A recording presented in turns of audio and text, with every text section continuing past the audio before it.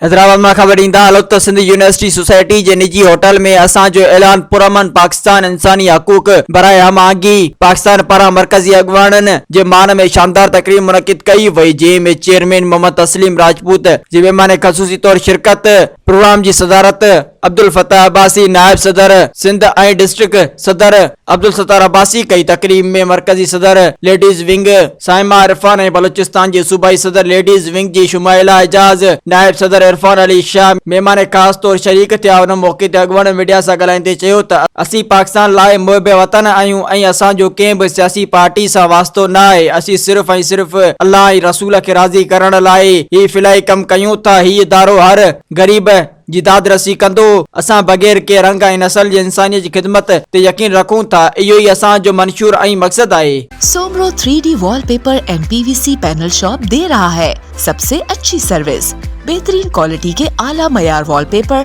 और सीलिंग खूबसूरत डिजाइन और कलर्स में दस्तयाब है। हर किस्म के PVC वॉलपेपर्स और सीलिंग लगवाने के लिए हमसे राब्ता करें।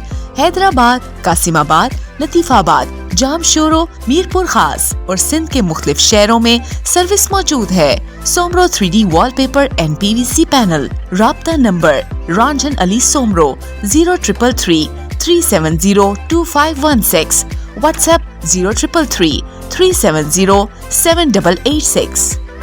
मज़ीद ख़बरनि ऐं तफ़सीलात लाइ विज़िट कयो असांजी वेबसाइट www.awamiNewsHD.com ऐं ॾिसंदा रहो अवामी न्यूज़ HD।